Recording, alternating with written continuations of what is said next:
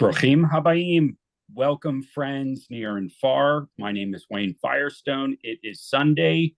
Some places it's morning, some places it's afternoon, some places it's the evening, but it doesn't matter. On our program at the America Israel Friendship League, the sun never sets on our friendship. Our friendship can be seen and felt and experienced in many different ways in many different time zones.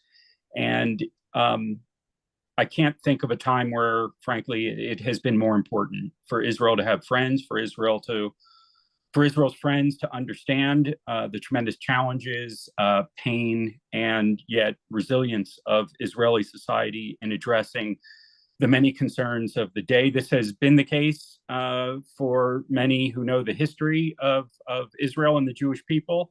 But certainly since October 7th, there have been new perhaps unprecedented challenges that we've faced.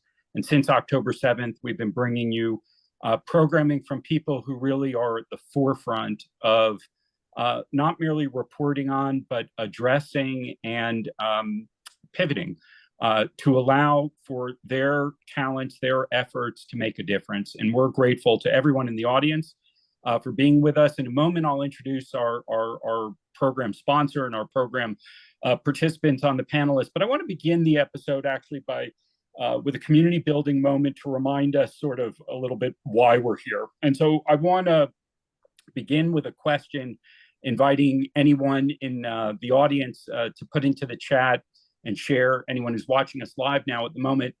You know, Israel is known as Startup Nation, and one of the reasons that it is because its technology from scientists and from engineers who have done world-class research has ultimately ended up in the homes and the lives of humanity, of people around the world who have benefited. So the question I want to put in for you all to ponder briefly, if you could just put in a word or two of some invention that comes from Israel that you're sort of proud of, or the fact that this tiny little startup nation, what it goes about its business is actually improving humanity, improving people's lives on a day-to-day basis. And so sometimes it's something as simple as the cell phone, as Ken just put into the chat. At other times, it's world-leading research that helps people who are suffering from cancer or from other diseases. We know that Israel has a disproportionate contribution to and through academia and through its inventions that go on to be incorporated into lots of different high-tech devices. And even your dinner table, as Doreen points out, the cherry tomatoes that taste so sweet from the agricultural programs. Judy points out irrigation systems. So if you think about the many different aspects of Israeli life, we know that there are many contributions that sort of are taken for granted these days, but yet are part of the fabric of the global improvements that Israelis are directly responsible for. Well, we know a lot about that. For those of you that have been with us on our programming over these past 3 years, almost 300 episodes, some of my favorite episodes have been the ones where we've been able to focus on some of those researchers doing this very work. And our great partner, I want to say in crime, if it's a crime to help humanity, then we're guilty, right? So the Zuckerman Institute and Lena DeShelton has been sort of our buddy in helping put the spotlight on some of these research partnerships that have allowed for this to take place. So for those of you that have seen some of our episodes about discoveries about the mosquito and how that contributes to fighting malaria, or for those of you that have seen our episodes that have focused on clean energy, all of those are examples of these great partnerships. They don't just happen out of the blue. I want to give a sort of shout out to the Zuckerman STEM Leadership Program, which supports future generations of leaders in science, technology, engineering, and makes these matches also in mathematics in the United States and Israel, and over time fosters greater collaboration between the world's most advanced scientific research centers. The Zuckerman STEM Leadership Program provides scholarships to American postdocs to do research in Israel and to Israeli postdocs to do research in America.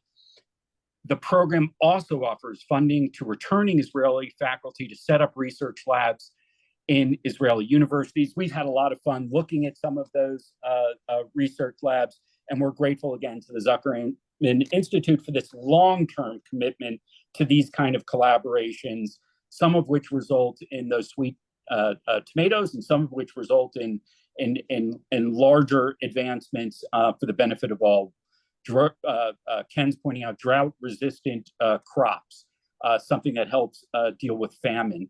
Again, all of these types of inventions are things that on normal, if we can call it normal, in normal times, that's what we would be focused on. But today we can't, because our best and brightest, many of whom from Israel, will spend time on American universities and campuses, sharing, collaborating, advancing their own studies, advancing their own work, at the moment are somewhat distracted. Maybe that's an understatement. But today we have a group of people who are going to help shed greater light both into the challenges that they have faced since October 7th, what they are seeing, what they've heard, what it feels like to be an Israeli abroad, on an American campus, in Europe now, etc., because these aren't normal times. And yet the resilience and innovation that is so much a part of Israeli society have been called up, in a sense, in a different way. So I want to begin our panel today by introducing the first of three panelists, Dr. Rivka Karmi. She is the chairwoman of the executive board of Science Abroad, the organization we are focused on today. It's many different elements of what these scientists and educators are doing, both in the before times as well as at the moment. Professor Karmi is also a professor of medicine. She's trained as a pediatrician. She teaches in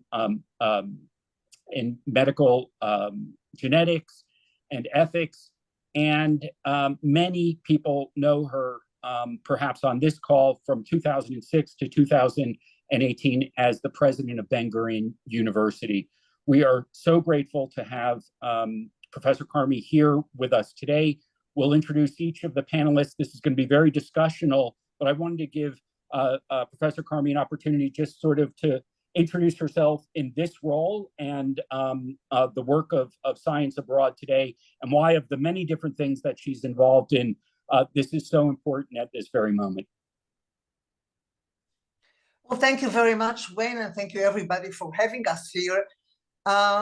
So as you've just heard, my last position was the president of Ben-Gurion University of the Negev. And right after my retirement, I've decided to go on board Science Abroad. And the reason for that was because for years I've known this organization, I've worked with this organization, and I was totally committed to the organizational mission of tackling the issue of brain drain in Israel, namely bringing home our...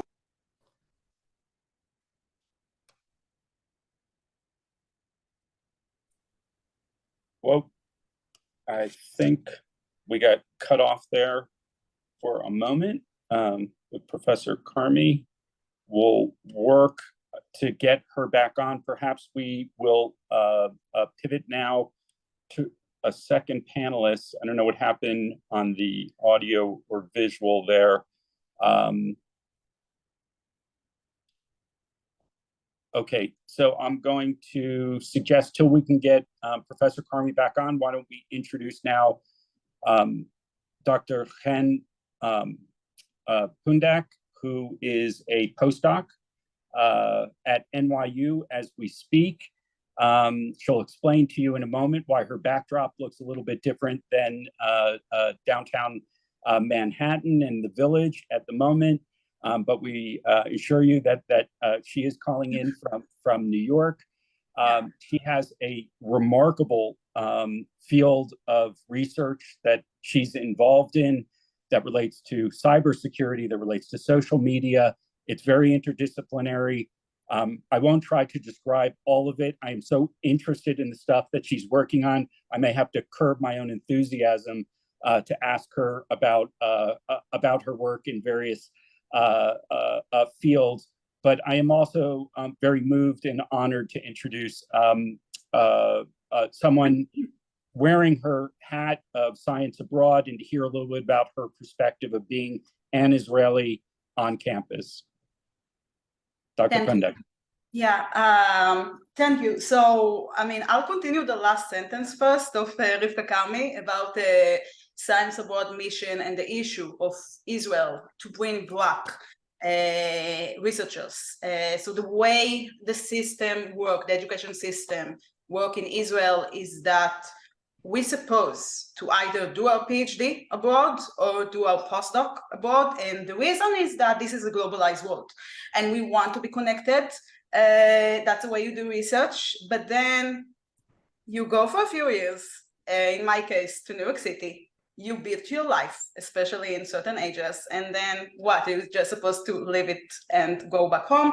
So that's a situation that more or less, and Nadav will continue, that Science Abroad is dealing with, as well as budgets. And the issue became more urgent now after October 7, because as Wayne said so correctly, we are distracted. Because when October 7 events unfold, someone like me sitting in the safe space of New York City was thinking, what is going on with my family? What is going on with my friends? Luckily for me, I don't know anyone who was murdered or kidnapped, but I know people who survived the massacre. I know people that their friends and family have held kidnapped. But as the day passed by, instead of me worried about them, suddenly they're worried about me, of everything's going on. And I went for a few days back to Israel in November and to see everything on the ground and to visit my friends and family. Some of them are suffering from traumatic stress. And what you see in the background is one of the houses that was burned to the ground in Kibbutz Be'eri. I visited there and I'll move for a second. It's hard to see, but there's a flag hanging there. And I can tell you that it's not only coming to Be'eri, you not only see what happened there, you can also smell. I was there in November 7th, 1 month after the attack, and there's still a very strong smell of smoke in the air as well as in rain. So thank you for your help. I will be happy to answer any question that you have for Noam. Great. I think we have Professor Karmi back now, so I'm gonna let her finish. We had a little bit of an interruption on the internet connectivity, which happens in our Zoom world from time to time. Professor Karmi, go ahead. I hope you got to hear a little bit of Chen's explanation as well. Yeah, so sorry for the interruption. I'm now on my iPhone, which is not ideal, but anyway. So I just told you that right after I finished my duty as Ben Gurion University president, I came on board Science Abroad simply because I was really cherishing their activities for years in tackling the issue of brain drain in Israel and the mission of bringing back Israeli scientists, mostly postdocs that went to the States, mostly to the States, but also to Europe for the training, to bring them back home. And in last year, we also took over medical students in Europe, which actually comprise about 60% of the medical force in Israel.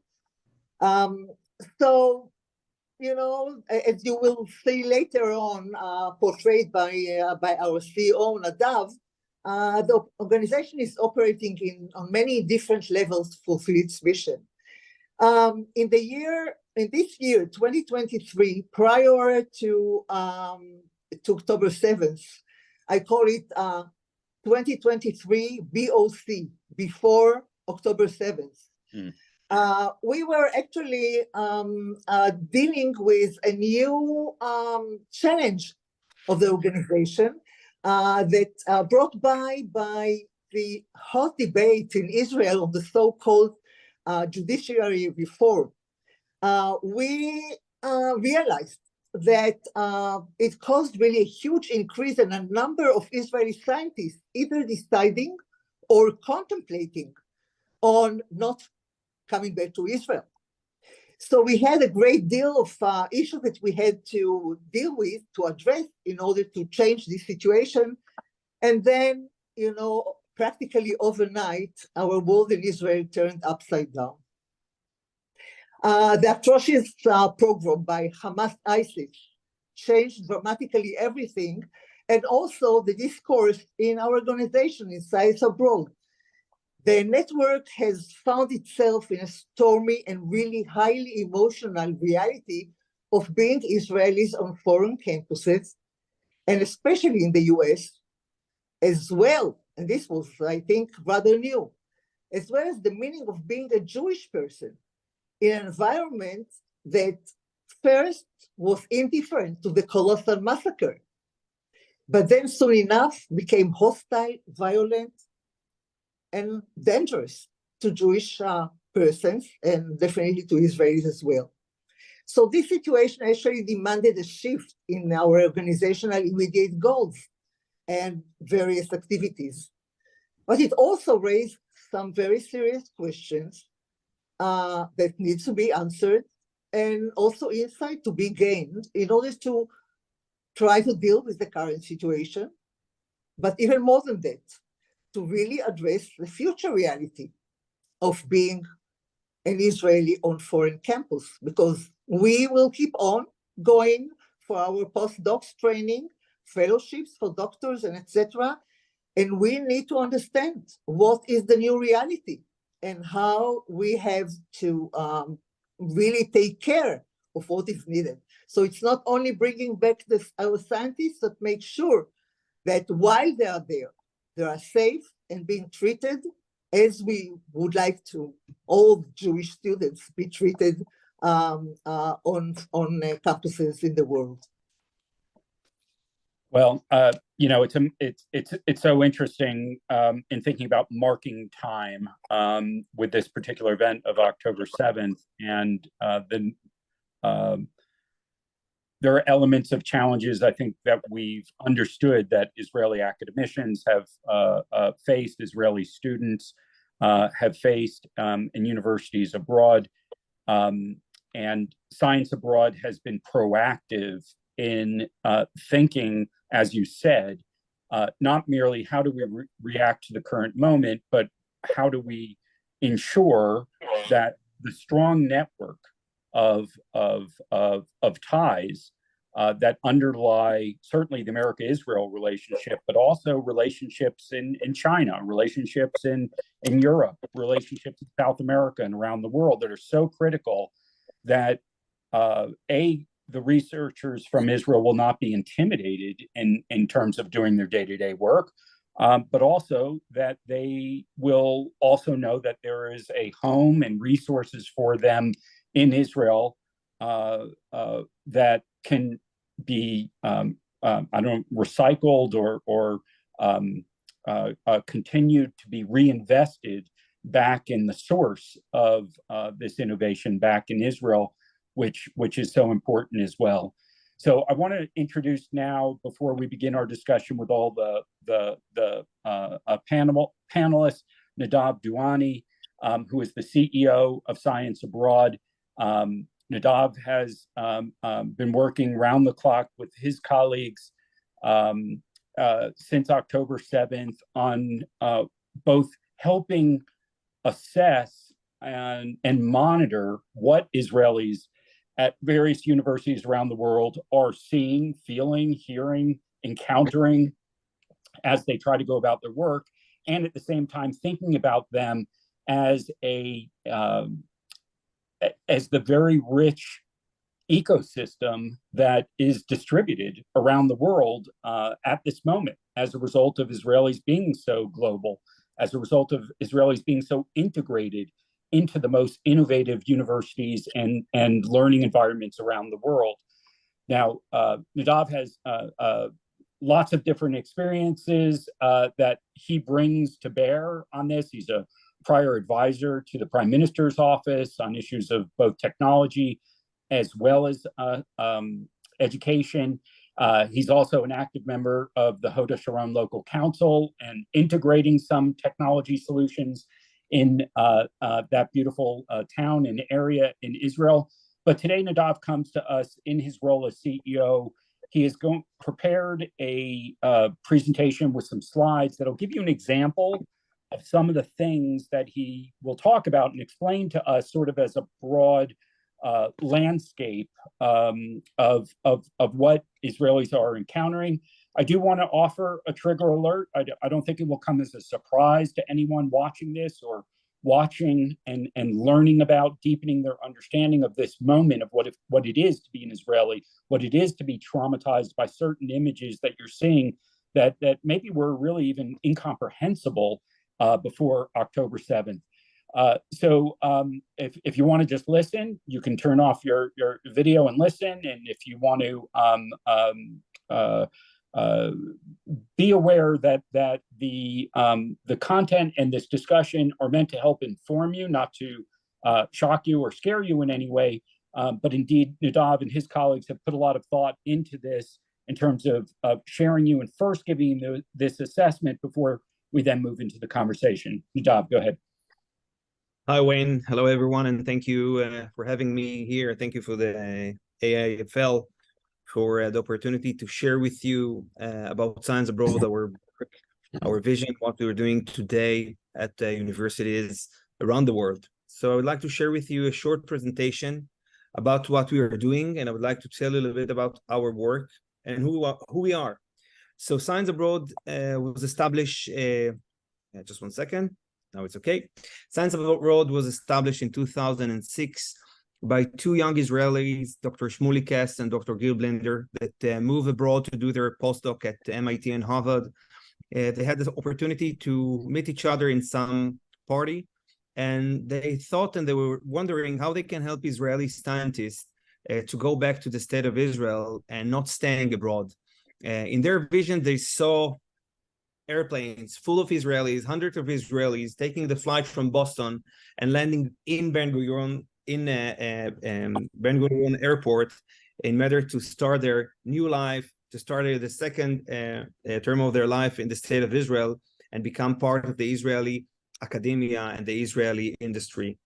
Since then, 17 years passed, and now we are working with many government organization, many old universities in Israel, with the Zuckerman Institute. We're working with the Ministry of Innovation and Science and Technology, the Ministry of Aliyah and Integration, and the Israeli Innovation Authority. So what we are doing, what we do, we are working in a model of 360. 360 model means that we are dealing with the scientists before they're just, when they're starting to think about the idea about moving abroad to do their PhD or to do their postdoc abroad. We are meet with them, we are talking with them, and we are helping them to move abroad. And still, while they are abroad, we are creating them a local communities in order to connect them to the state of Israel. We are spend the time with them. It can be 2 to 7 years, even more, while they're abroad, and then we have a very interesting program when they're coming back to Israel. We're working, as I told you before, very close to the academia in Israel and very close to the industry in Israel. You know, Wayne, you asked before from the audience here to write you about interesting innovation of Israel. So if you'll take, for example, Mobileye by Professor Amnon Shashua, this is an amazing thing, how a professor from the Hebrew University creating one of the biggest, the largest companies in Israel. This is amazing connection between the academia and the industry, and this is exactly what Science Abroad see in our vision, where we would like our members of the community to be. So we are active in 19 countries around the world, in North America, in Europe. We're active in Australia. And as Professor Kami said before, we have now a huge community of students for MD, physician students. We have 4,000 members that are postdoc, and we have 6,000 members that are students, physician students. And we are creating a community events during the year all the time. There is a community events for social activity like Independence Day, Yom Ha'atzmaut, Pesach, Chanukah, and we have a professional event while they're meeting a CEO of private companies, presidents of universities, staff members from Israel, HR people, and it's all in the matter to help them come back home while and to think about Israel as the best opportunity for them for their career. So since the October 7 massacre, we see more and more activity pro-Hamas, pro-Palestinian, anti-Israeli, anti-Jewish. And someone said, we are saying all the time, this is anti-Semitism. This is racism against Israel. In the next slide, I would like to share with you about things that happen at top universities at the US. And I'm not show you things that happen at universities in Europe. And over there, it's very hard as well. It's not easy if someone thought about something else. So those are photos from Columbia University. At Columbia University, they're not only protesting. For example, 75 professors signed a petition and defined the massacre of October as something that we'll never believe that they define. And I'm quoting what they wrote. We can view as a military action that must be put within the large context of occupation of Palestine by Israel. They are blaming Israel as that what happened on October 7 was because of the Palestine and the occupation that called in Palestine. Sorry. Here we can see things that happened in Harvard University. So Harvard, all of us know and heard about what's happened there, about the protesting, but you can see here something that remind all of us things that happened before the Nazis took over of Germany at the late 30s of the last century. Those are things that we'll never thought we'll see in Harvard University, where all the brilliant people are studying, all right? This is not only the thing that happened in Harvard University. 33 students organization blame Israel in apartheid. And that's happened the same day of the massacre. Tzahal, the IDF, was not entering Gaza. One bullet was not shot in Gaza, but they blame us on apartheid. And I don't want even to talk about the president of the university, how long it took her to stand up and say something, and still this is not something that we are happy about. Here you see things that happen in Michigan University, all right? And if you look closely about the photos that we have here, you'll see a photo when it's written, anti-Zionism doesn't equal anti-Semitism. You will see a slide that wrote here and said, never again. Those are things that we remember from the Holocaust time. It's amazing how they compare things one to each other. And this is not all. We know about professor of communication that denied the October 7 massacre. Organization of local scientists denied to the massacre and the murder of Jews, and not only Jews, on October 7. A professor from the university ripped off hostage posters. And when we took a photo of him, he was laughing. He was not afraid at all about what he did. Here in Stanford University, you see that this is, again, not only protesting, this is more. A professor there calls Jewish students colonializer. He was underestimated the memory of the Holocaust, and he asked a Jewish student to go out from his class. MIT, we all know how much MIT is important, how brilliant people are studying there. But there is a student that was not allowed to enter with their route to the classroom because they were blocked from the entering over there. There was a student that was attacked physically at the campus. They avoid to go to the campus to study. And more than that, a Jewish staff member was asked to pick up their Jewish kids from the kindergarten because the university told them it's not safe. And as you can see here at the photos, again, they're talking against apartheid in Israel. And any Zionists know that there is no apartheid in Israel. Okay. Is justified when people are occupied. We don't want to stay. We want 48. We don't want to stay. We want 48. Is justified when people are occupied. Sing it with me. There is only one solution. There is only one solution. Intifada revolution. Intifada revolution. There is only one solution. There is only one solution. Intifada revolution. And you can understand what's going on here. And those are the people that will lead America in the future. And by the way, she was shouting, and they were shouting at the beginning, one thing: we don't want 2 states, we want 48. If they're saying we want 48, they mean they don't want the state of Israel at all. No 1-state solution, no 2-state solution. They want us, the Jews, outside of Israel. The next video that you will see, and I'm sorry for the animation above it, but I took it from someplace. Look what she's answering when they're asking her, what does it mean from the river to the sea? Yeah. From the river to the sea, Palestine will be free. Yeah, Which river? That's anti-Semitic. Which river? Which river? Which river? I'm asking you, which river, asking which me? sea? What's the point? Because if you're chanting from the river to the sea, you have to know which river and sea you're talking about, right? Yeah, I do. You're right. So which river? You're right. Does it matter? Yeah. If we don't even know, then what's the point of recording? If you don't even, so you're writing messages that you don't know what they mean, right? If you I'm don't, going to say something racist, even if I don't know It's what not it means. racist. It's not racist. It's anti-Semitic. It's But listen, if you don't know what it means, how can you say all right. it's not My bad. anti-Semitic? I'm sorry. I shouldn't even talk to you. I'm sorry. We're not supposed to.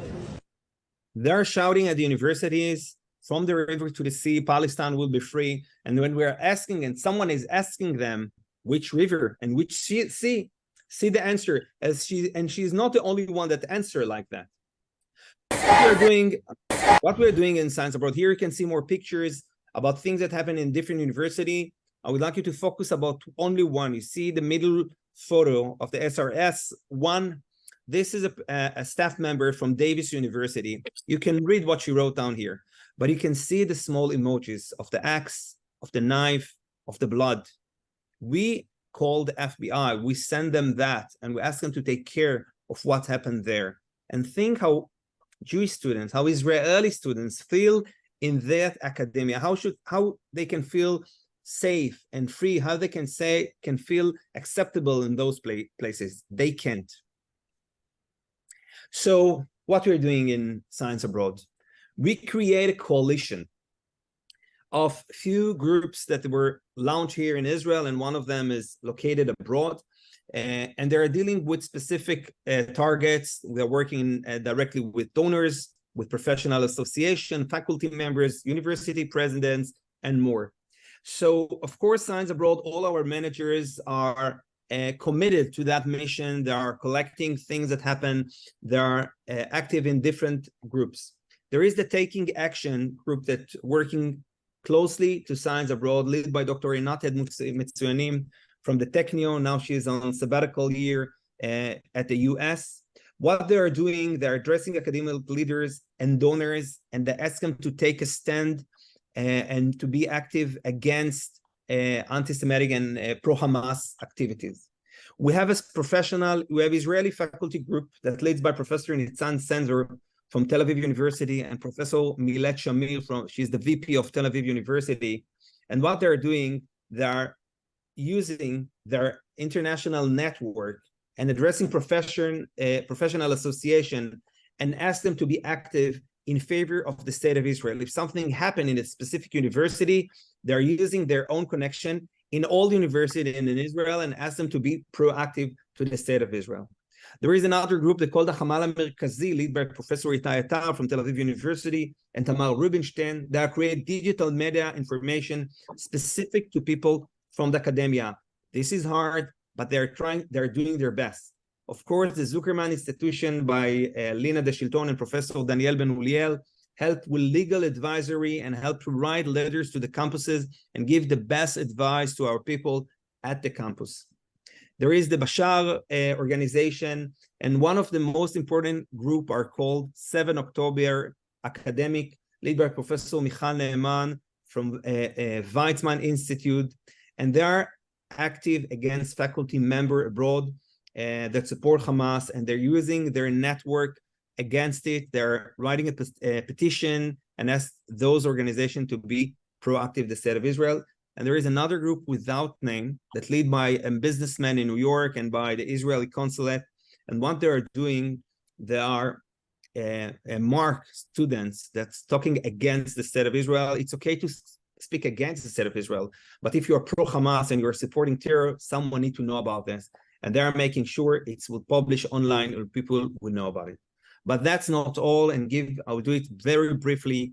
We're doing much more. We have webinars with a lot of information about what's happened and what you should do.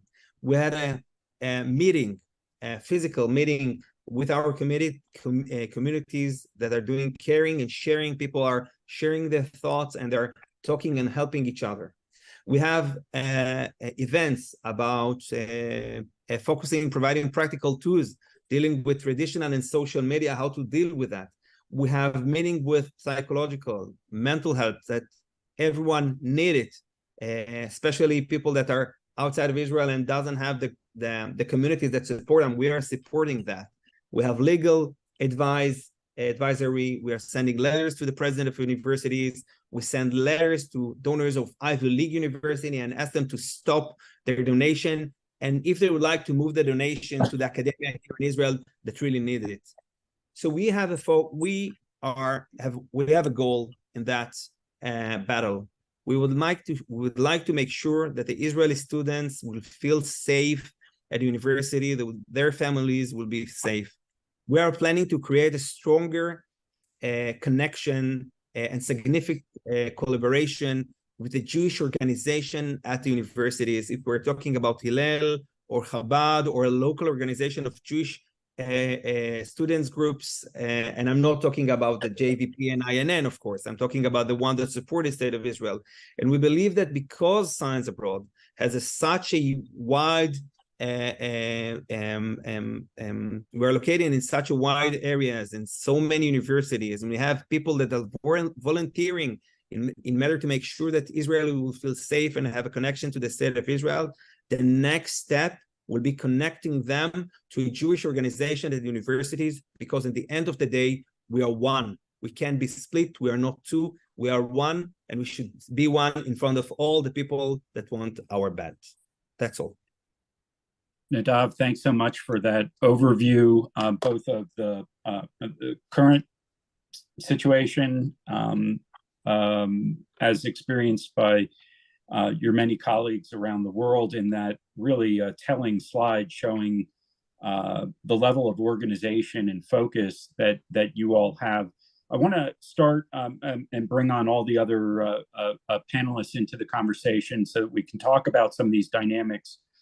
Professor Carmi, let's talk about the leadership of the universities as a starting point. These are your former colleagues. These are people you know. You've sat in their chair. You know what a student protest looks like. You know what a faculty senate raising issues and the kind of balancing act that a university president is faced with. Can you give us some insight as to let's divide the first phase right after October 7th, where there appeared to be at best just sort of silence from the leadership, and then maybe as the month sort of went on, it seems like there were some reactions within the leadership. Could you describe those two phases and what you think was going on there? Yeah. Well, first of all, it's very difficult. I'm trying to get into the heads of those presidents and rely on my experience. But I have to say that I've never encountered such a situation. It's something different, very, very toxic and very violent. And but still, I think there are some similarities to things that happened before in American campuses when we dealt with the BDS movement. So it is nothing like what happened over there. It's like many folds, much larger and more explosive. But still, the idea is very much the same. And let me go back to, I think, two major factors that I can delineate, when dealing with these kind of issues in the university. And by the way, in a smaller scale, I think we dealt with this kind of, issues in Israel as well, because we have this discourse, or this continuous discourse of Israelis, Arab Israelis, and Jewish Israelis, and those discourses are being heated up whenever we have a war or an operation, and we had a couple of them recently, but obviously nothing to compare. So I think one very major thing is this toxic worldview of the Zionism in Israel being models for white oppressive colonialism that needs to be resisted. This is something that was incubating in universities for years by a relatively small group of people, coming from the social sciences, from area studies, from social theory programs. But they became to be very vocal and very central in sense of, promoting these ideas. And the ideas are general. It's the white oppressive colonialism of which Israel and the Zionism is actually a very current symbol. This narrative has actually dehumanized Israel throughout the years, and it has been slowly simmering in campuses, and they were feeding young students, seeking justice in general, but specifically justice for the oppressed ones, and obviously fueling this Palestine students organization. I have no doubt in my mind that this kind of ideas that were discussed in various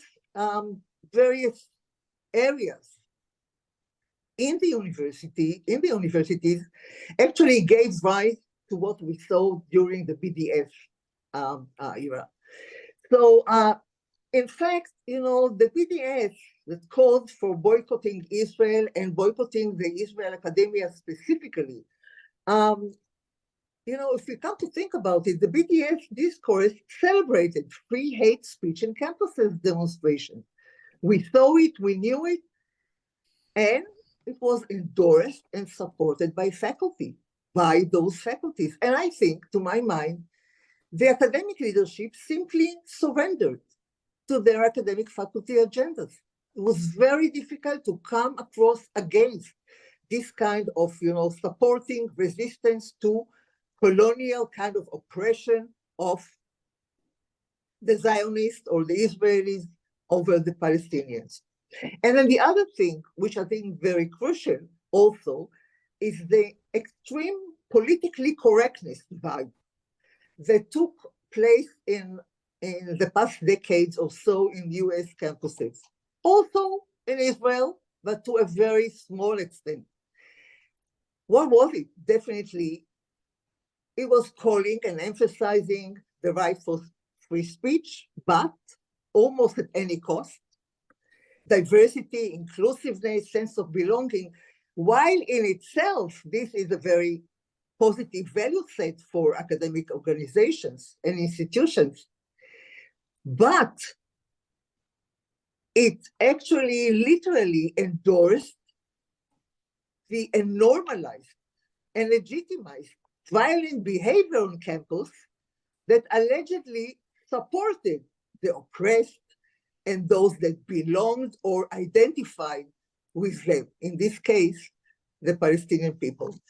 So, the colonialist theory together with the BDS and this, commitment to diversity and belongingness, I think governed the decision of those universities.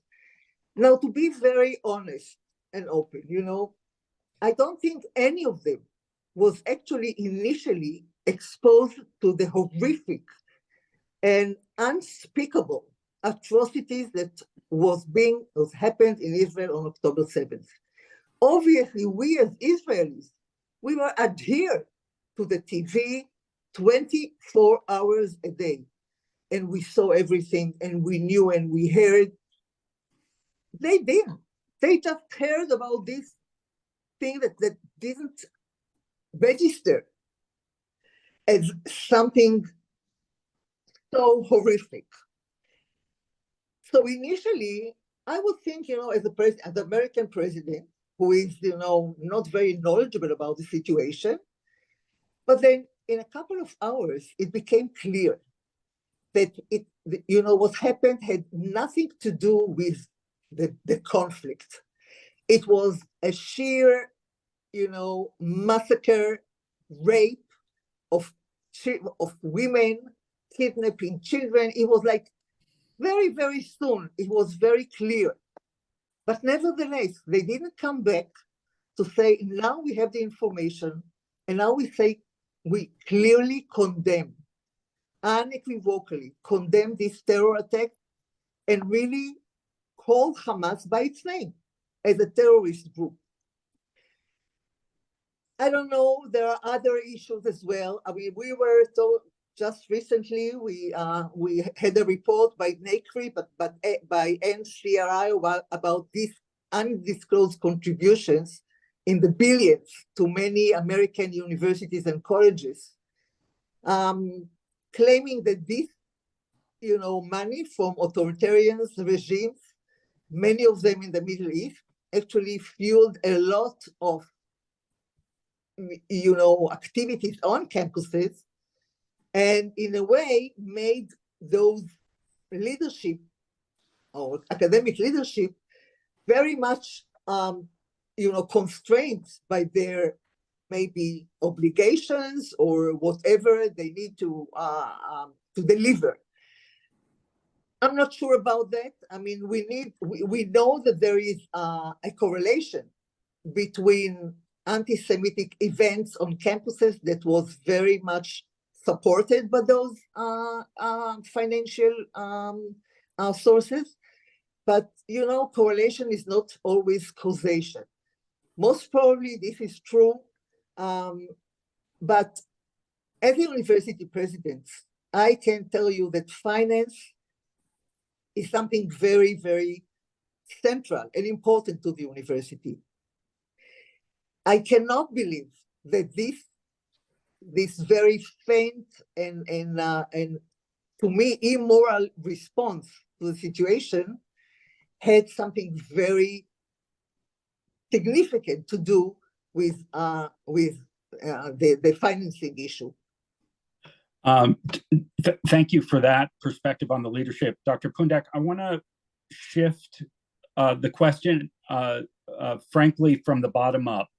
When you see students, when you see graduate students, when you see young faculty members in a mob-like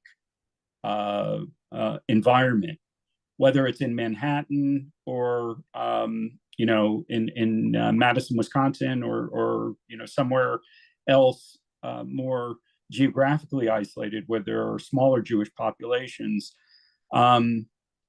it really does seem, even watching it from afar, seems scary. And I'm curious what you've seen in terms of both the progression from those early rallies to how life on campus is now. Are there conversations that are happening that may be disagreements, but are discussions, not mobs screaming at each other and holding up signs that sometimes feel like they are endorsing violence in their very messaging?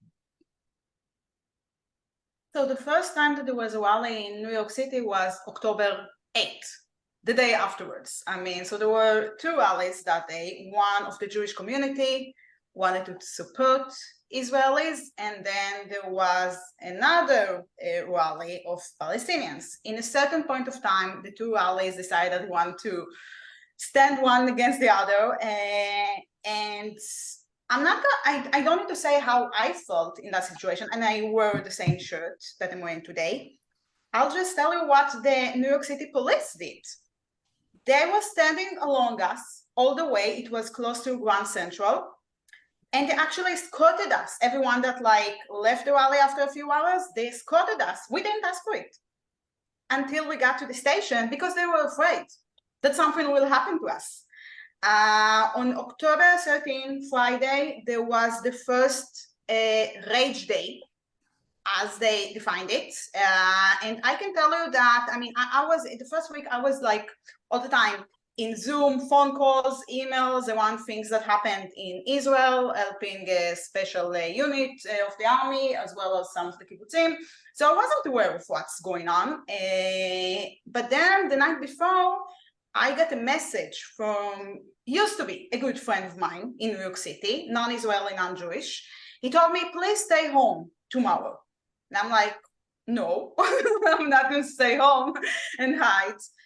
That same person is a researcher at UNICEF. And you can imagine what kind of post and what kind of reaction I saw that he's been publishing ever since. And I was so upset because you are my friend and you are aware that I'm in danger. You're telling me to stay home and hide, but then you don't take a stand. And I mean, honestly, I mean, I can tell you that when I'm seeing someone now on the street and is asking me, for example, where am I from? And you always have that feeling of, if you're going to say I'm an Israeli, maybe they're not going to like you. We always knew that. I mean, when you're traveling abroad, Israelis know that maybe they will get a reaction. But now I'm also wondering, when I'm saying that, is it going to be a violent one? Not just like, oh, well, you know, don't like me, but more than that. So that's more or less the situation that we are dealing with. I'm going to ask just one follow-up question, just because I know enough about your professional background that you know a thing or two about social media. And without asking you to describe your academic research on this, I just wanted to get an insight because as a casual social media user, I've seen, I don't block things that are hostile because I'm curious to see what else is out there. And I'm sometimes shocked by what I see. And in terms of monitoring it, there is out and out distortion of the news. So we know a lot of people are getting images, information, etc., that is either false or out and out propaganda and incitement in some cases. And so I know you look at this stuff. Is there anything you can share with how you think that is translating, particularly for younger generations who live in this world, who don't read, you know, a newspaper, a magazine, a journal article in the same way, and are consuming their information from sources that may be not only unverified, but may be weaponized for a particular political aim? There are two issues with that. First of all, I mean, so in the beginning, you mentioned that Israel is a startup nation. Everybody knows that, right? And that Israelis are very resilient. And then when you think about social media, it's not only that they try to remove everything that is about October 7th. So when Israelis are uploading photos from October 7th, immediately we get reported. For example, I now can't comment in Instagram until November 21st because I wrote a few things at the UN and they decided to delete my comments plus reported me. And there are many workers and many supporters of them. But it's not only that our content is being all the time removed, it's also the fact that we haven't been talking about what happened before October 7. So me and Nadav, for example, our childhood was around the fact that there were terror attacks all the time. Going to a bus, if you take the bus to high school, for example, it was a routine to look around, search if there was anyone suspicious, and going off the bus, if you see anyone suspicious, even if you're going to be late at school, that's something that Israelis usually don't talk, they didn't used to talk about. The fact that the younger generation is living under the threat of missiles and rockets. So you barely see that. What you saw before on social media and they still talk about it is all the destruction, and I'm not saying that there isn't, and the hard life in the West Bank and in Gaza. So the story that is told in social media is problematic, and it's going to take a lot of effort to change it. And it's really important what you said, the fact that we need to understand that young generation doesn't read anymore. So when they say free Palestine, it's cool. But it's also say, oh, we are victims, please help us. But when we say, what are we going to say about Israel? Startup nation, then why do you need to help us? So we need to think about what we're going to do about that. At the moment, we're starting with Stand With Israel. It's not enough. The second thing I want to mention is that when we're talking about social media, we're talking about the short-term memory. The worst part of it is the long-term memory. So for example, if you now try to edit in a different AI algorithm, for example, ChatGPT, any text that is related, and I'm talking about facts, not opinion. Edit any text that you write about October 7 events. For example, I wrote something, I want to edit it, something about what I saw in Beirut and what happened there. Then the chat say, oh, I can't edit it. I'm so sorry.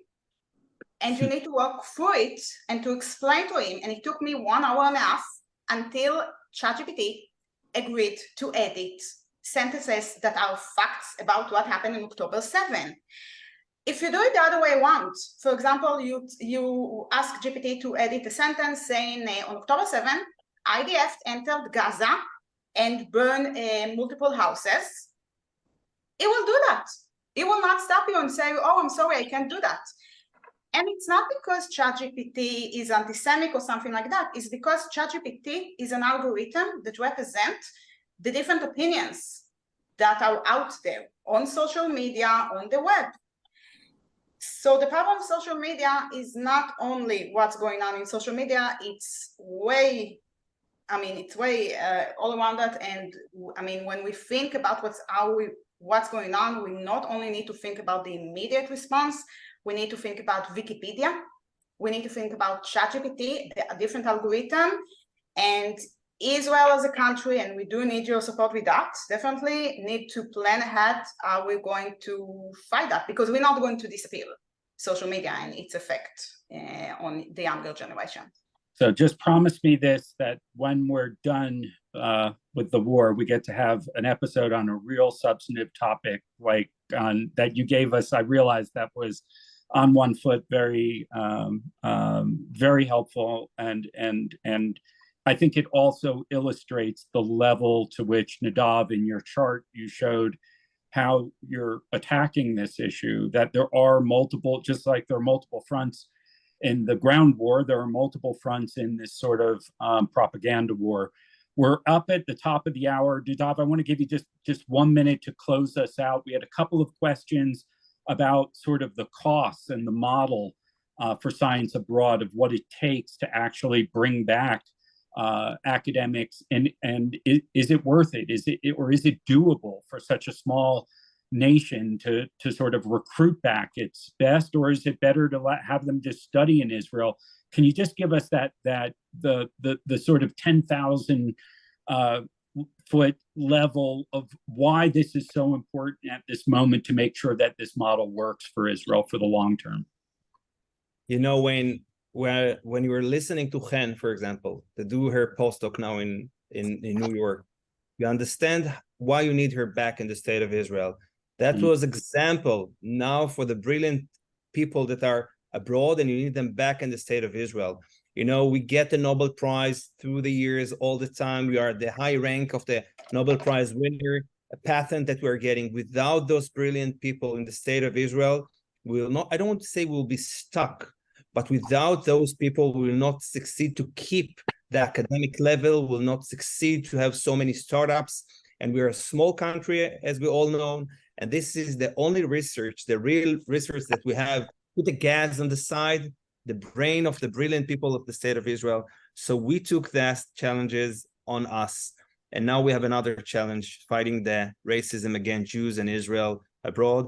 So we should keep working on it. And I can promise you, until when the war will end, we'll keep working on it and make sure that more and more Israelis, PhDs, will come back to the state of Israel, and will continue fighting the brain drain. Mea Chuz, great response. Professor Karmi, Dr. Pundak, Nadav, thank you so much for your time, for your work that you're doing, for your moonlighting work that you're doing on behalf of Israel as well, which I know comes from just being Israeli and using your talents and your insights and your love for both Eretz Yisrael and Am Yisrael to frankly rise to another level when it needs as many advocates as possible. We look forward to the opportunity to share more about the other aspects of your work and why that's so important going forward. And indeed, how this work benefits not only Israel, not only Americans, but really benefits all of humanity, and should be the subject of both praise and financial support from the United Nations, financial support from international academic organizations, as opposed to utter hostility at times, and a new front in the war and challenge against Israel and Israelis. We thank our audience and everyone for being with us, for being respectful, for listening, for learning, and thinking about who you can share this work with in your networks. We provide all of this for free. We hope it is beneficial to you. We send out copies of the YouTube videos as soon as they're edited and ready to go. And we hope and encourage you to share this with your friends so that more people will join us. Our next episode, just a program note, will not be on Wednesday of next week because of Thanksgiving in the United States. We're moving it a day forward, recognizing a lot of people will be traveling. So come join us this Tuesday. We have really a remarkable program. We have been doing this series of virtual tours of Israel with Shachar Fertig, our master tour guide. We haven't done one since October 7th, just in deference to the many different issues we've been dealing with. But we came up with a program that we think will send you off into Thanksgiving, whether you celebrate Thanksgiving or not, or just trying to get through this very, very difficult period with something to be grateful and thankful for. Our program is called On the Border. It's about Israel's pioneering communities, which include the kibbutzim and the moshavim in the areas that were attacked. The program will actually not be about the war aspect of it, but will be about those very communities, their infrastructure, their history, their spirit of chalutzim, of being pioneers to help create them, particularly in the areas surrounding Gaza and in the south, as well as some of the small cities, Sderot, that have been under such tremendous trauma and violence over the past, not just since October 7th, but before that. We want to honor those communities, honor those heroes and pioneers by putting the spotlight back on them and not on the violence that happened to them. So please come and join us on Tuesday at a regular time. And everybody have a safe beginning of the week. Yom Rishon, Shavua Tov.